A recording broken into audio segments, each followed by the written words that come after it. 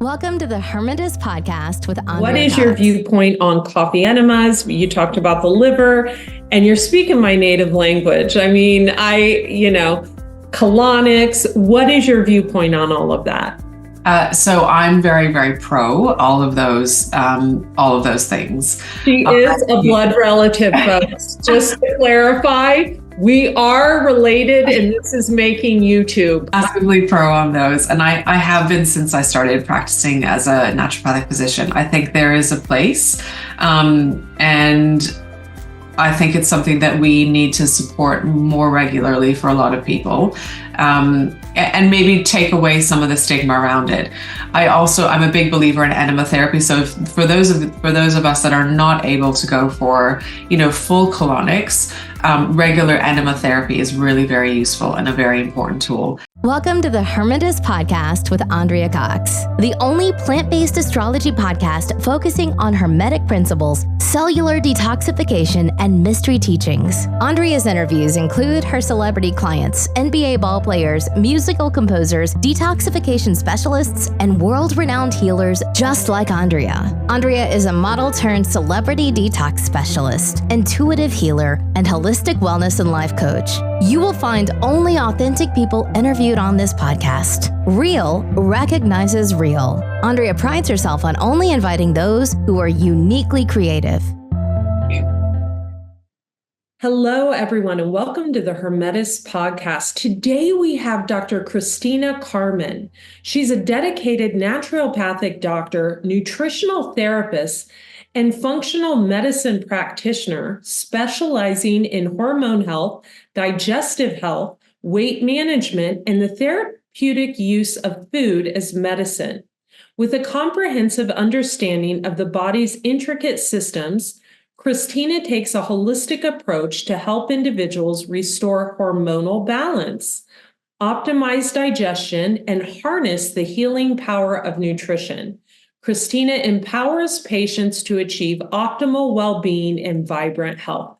Kristina, I got a lot of questions for you. And can I also say, those of you who are just listening, she also is a member of the Great Hair Club, like I am. She's got really good, beautiful locks. Sure. That's how mine is when I let it down. It's like real big and beautiful. Yeah. Welcome. How are you today? Thank you. I'm very well. Thank you so much for having me on. This is a real delight and a real pleasure.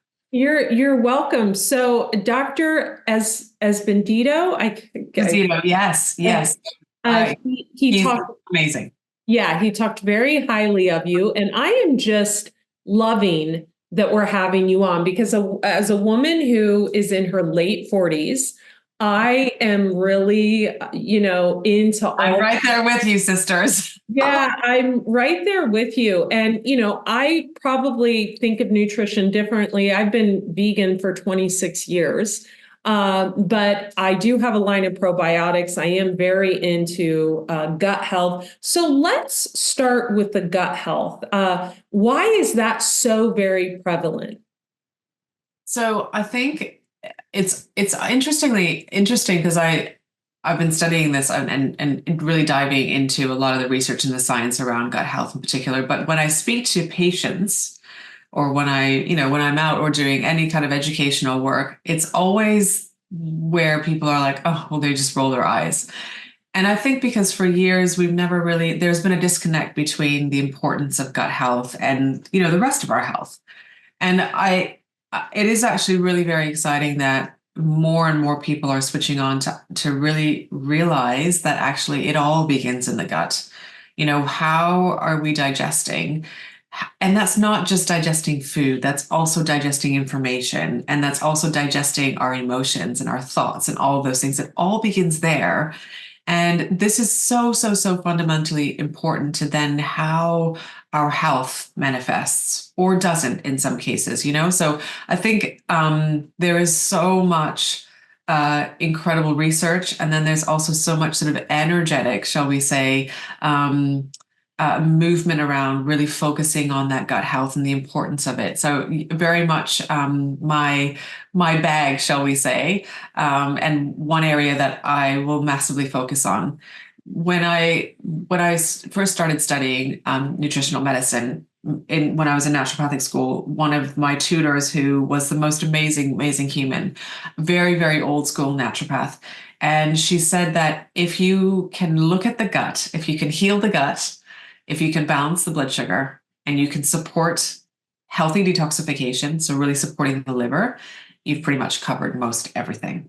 And I think this is something that I come back constantly as a clinician, and I have throughout my career. And I think it is what keeps me fired up to support patients, because actually it feels really simple, and it obviously in some cases it's very much more complicated than that.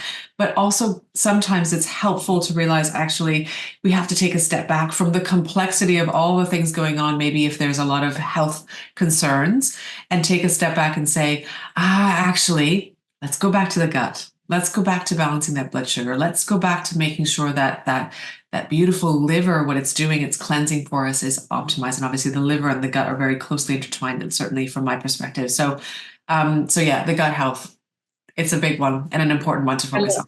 I love that. You're talking about my favorite subject. I created a line of pre and probiotics called Smiling Gut 13 years ago with a base of humic and fulvic acid. And I know you're into supplementation too, and probably have your own line or promote a certain line. And I want to hear more about that. That brings me to colon cleansing. What's your viewpoint on, and I won't share with you my viewpoint on colon cleansing yet, but what is your viewpoint on coffee enemas? You talked about the liver, and you're speaking my native language. I mean, colonics. What is your viewpoint on all of that? So I'm very, very pro all of those things. She is a blood relative, folks. Just to clarify, we are related, and this is making YouTube. We're not just going to keep her as, audio. I'm massively pro on those. And I have been since I started practicing as a naturopathic physician. I think there is a place. And I think it's something that we need to support more regularly for a lot of people, and maybe take away some of the stigma around it. I'm a big believer in enema therapy. So for those of us that are not able to go for, full colonics, regular enema therapy is really very useful and a very important tool. If for no other reason, then our colons are where most of our fluids or our hydration is absorbed from. So it's another way to support a dehydration picture. And by cleansing and making sure that there's fluids, within that area, is a really very, very important. It can be a very important tool as a part of a whole healthy picture. Now, would I start straight away with a coffee enema for a patient? Not necessarily. So it really depends on, where the patient is or where the person is. And, maybe it's a phased approach. Coffee enemas can be really very stimulating for some people, and too aggressive for some people initially. Now, does that mean that they cannot necessarily work up to it? Then it can definitely be there. Also, some people metabolize caffeine very differently, and it can be very stimulating. So we have to look at that in context. But enema therapy and colonic hydrotherapy as a whole, yes, I'm very pro.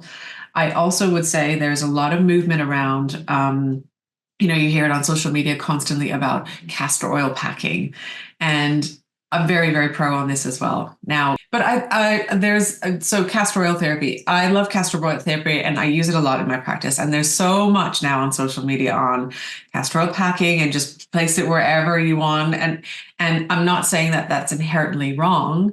I just think it's really important that we back it up with information around that. Now, castor oil therapy is such an incredibly powerful tool and very stimulating. It's real castor oil is high vibrational. So it's like full spectrum. So very, very beautiful to use. But again, it's stimulating, and it's going to move things around. So always, no matter what you want to castor oil pack, you pack the liver first. First and foremost, pack that first. Then if you want to pack your thyroid or your breast or your abdomen, absolutely 100% go for it. Now, use the on your skin, right? I use it on my skin. I use it on my skin. That's what I use as my skincare. That's slightly different, obviously, than castor oil packing, but as my skincare is castor oil therapy. I love it, love it, love it. Far more effective. Just on skincare, on natural skincare, but like castor oil with black seed oil and rosehip oil is incredible skincare, and it's super natural, and you can blend it yourself if you get really good quality organic oils. Anyhow, just completely digressing, but with any kind of castor oil packing, the best practice really here is to follow it up with enema or colonic hydrotherapy. Mm-hmm. I agree. When you talk about castor oil packing, first of all, I am a huge fan of colon hydrotherapy, and I do coffee enemas weekly. I've done them for 25 years. I do the gold roast coffee. I've done wheatgrass enemas, all kinds of, much. Chamomile, you can use linseed tea. There's lots of beautiful practices, like traditional practices. Enema, all of it. So I love the idea of the coffee stimulating the portal vein to release old bile from the liver. And I love that. But you're right. It can be stimulating for a lot of people. So I'm glad you brought that up. Now, when you talk about castor oil packs, are you talking about placing castor oil directly on your abdomen, wrapping with a flannel shirt, or how do you prefer, or do you prefer to saturate the shirt and do it? For our guests who have no idea what that is and grow up in the hills of Ohio, tell me what that's to you. Yeah. So literally you can buy really beautiful castor oil, like, a big bottle of castor oil. Just make sure it's very clean, organic ingredients, and you're getting hexane free. Exactly. And you can, if you have like a muslin cloth, or, you can buy fancy, Velcro wraps, but just to start off with, get really good quality castor oil. And if you have a muslin cloth or an old flannel, and you can do it two ways. You can completely saturate it. It gets kind of messy. So just as an FYI, it'll get really quite messy that way. Or you can just place, put the castor oil on your cloth and then place it onto your abdomen or onto your liver first. And then if you're using it anywhere else, and obviously go ahead and do that afterwards. And then you can either wrap it with a clean towel or something. And then I generally put a hot water bottle or something like that on top, just because the heat will tend to activate and stimulate it. And you can leave it on anywhere from 20 minutes to overnight for some people, if they'd like that, or if they feel comfortable.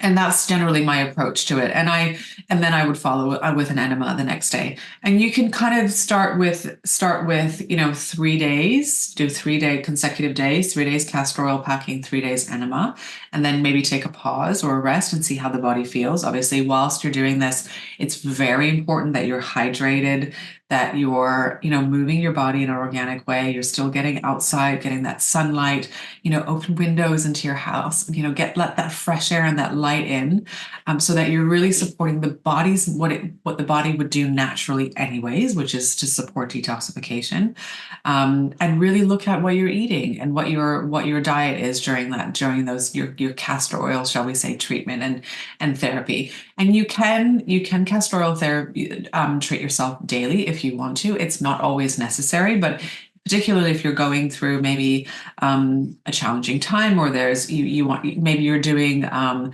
little bit of more of an assisted cleanse, shall we say, or like a juice cleanse or a fast or something like that, then maybe a castor oil therapy might be a really beautiful thing to sort of add into your regime. It's also really lovely to do during menstruation. So women that really struggle with premenstrual syndrome or heavy menstrual cycles, obviously this is a sign of a sluggish detoxification in some cases, because our menstruation is a form of detoxification if you're still menstruating. So it might be a really beautiful one to add into your sort of, how you nourish your body, shall we say, during this beautiful time, because actually that's a time of letting go for women. So rather than looking at it in a negative way, look at it in a way as, it's almost a renewal. It's the start of your next, cycle. So a really beautiful time of renewal. And that's nice. I would think it would be good, I'm sorry to interrupt, for endometriosis as well. I have a couple of clients that struggle with that, castor oil. So what I kind of want to move off the castor. So definitely castor oil packs you believe in. And you mentioned you use it on your skin as well, like I do. So you know about the benefits and the hair growth benefits for your eyebrows and eyelashes and things of that nature. So another question I wanted to ask you is, your viewpoint on veganism. I've been vegan for 26 years. It's not for everyone. A lot of people do it wrong. A lot of people don't know what they're doing. I'm one of the few that I feel does it right. I'm an avid juicer. I'm not pencil thin. My hair grows like a weed. I look like Rapunzel. And, I feel like I know how to do veganism. However, I know it's not for everyone. I did grow up in more of like a nourishing traditions type household in Ohio, where things were made from scratch, food was grown from scratch, etc. Where there was, animal products, etc. What is your viewpoint? Can we ask about your diet? Is that okay? Yeah, sure. I think before I dive into my own personal diet, I think what I would say is that it is not what I do. It is more what you do for your body that you think is right. There's so much information out there.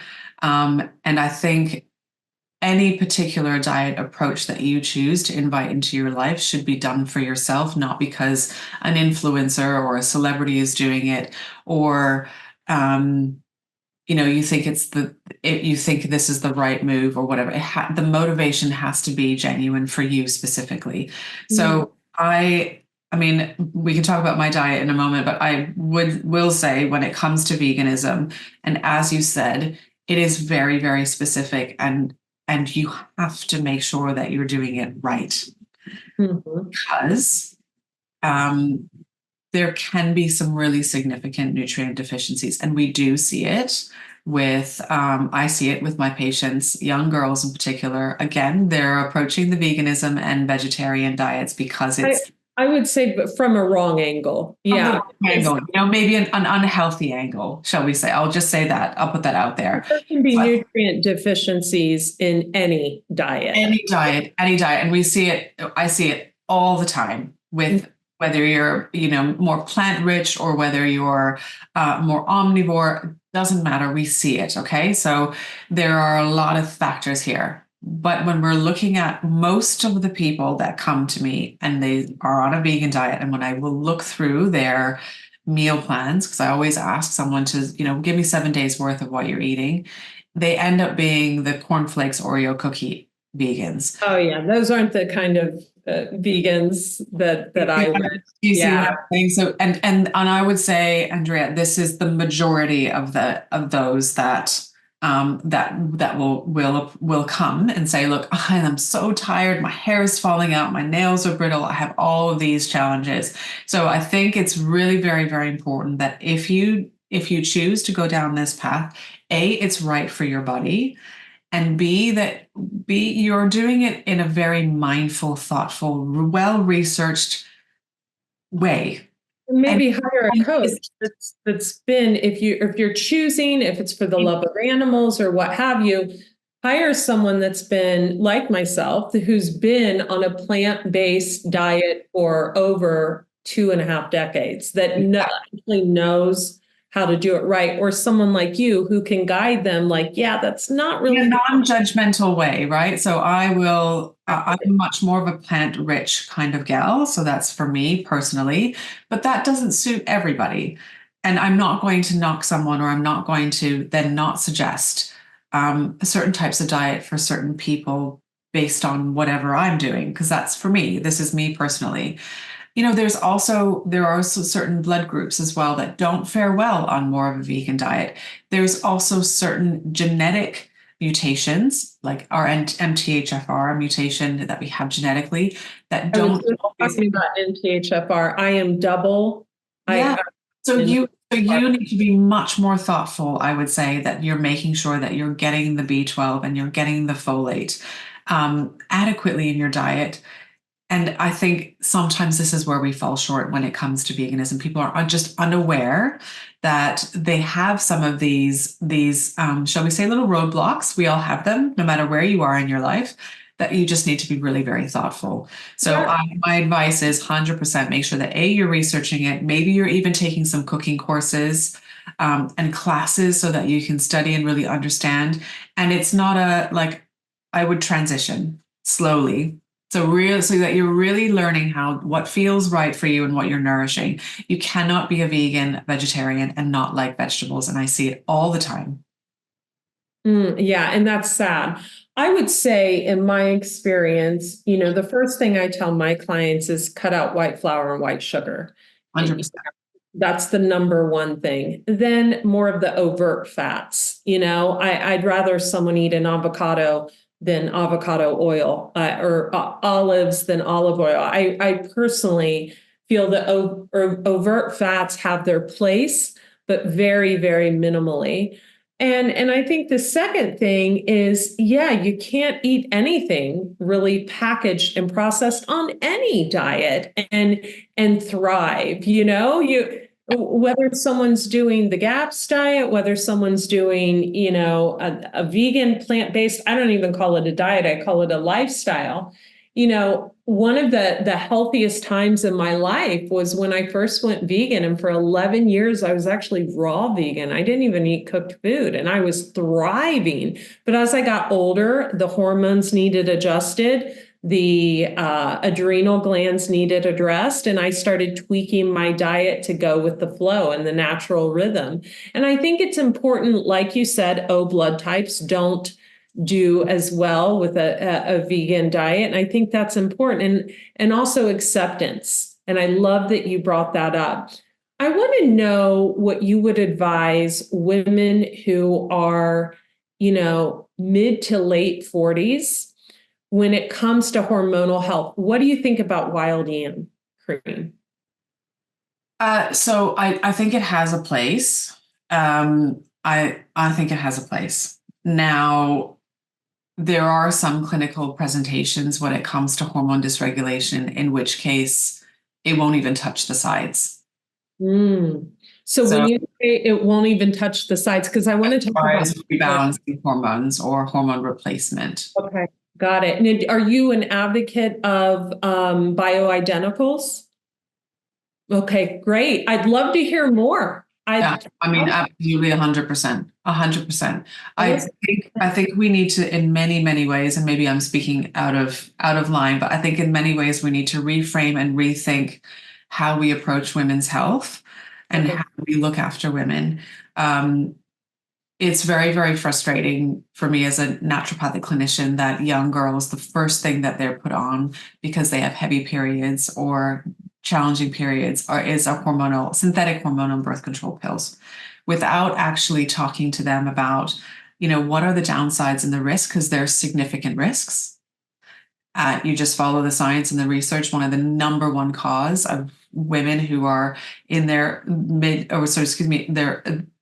30s and early 40s that suffer from strokes is a direct result of using hormonal birth control pill. I mean, that's really significant. And we're not talking about this. We just slap them on and off they go. And we're actually not educating women on hormonal health and their cycles, and actually that their cycles are a beautiful synergistic part of their lives. And we're these incredible lunar beings, we ebb and flow with nature and with energy. And this is very important to talk about. We're cyclical, right? We follow this beautiful flow. And that energy leads us into when we start to see other hormonal shifts like perimenopause and menopause. Now, if you have, a lifestyle that is maybe not conducive of really nourishing that part of your body, and maybe a disconnection, shall we say, of that beautiful part of your body. We have this disconnection sometimes as women. We're shameful about our cycles. We're shameful in many ways about being women. For many reasons, and sometimes what we're told as well. And, if you have children and what happens during birth, it's sometimes there's some shame and stigma around all of that. And I think we carry that with us. So if you've never really been someone who's nurtured or nourished that part of your body, and you've lived your life, with the candles burning on both ends and running around like crazy, not really looking after yourself, not really maybe moving your body in in a mindful way, supportive of your cycles. Maybe there's an abundance of stress and trauma that you're carrying with your life. And then you end up in this perimenopausal shift, which can last anywhere from 10 to 15 years for some women. So in some women, it's starting in their, early to mid 30s. We start to see decline in our hormones 100%. What are the symptoms? But it doesn't have to be irregular cycles. It could be brain fog. It could be, hormonally driven headaches. It could be changes in skin and skin texture. Obviously, those classic signs are your changes in your cycle. Maybe your periods have become heavier. Maybe they're shorter or longer. Trouble getting pregnant if they're in their 30s, and miscarriages and things like that. Isn't that a sign of, Can be very much so. That's very multifactorial, and again, probably a topic and a podcast for another day. But definitely, we do see that as can be a factor. There is hormone fluctuation during this phase.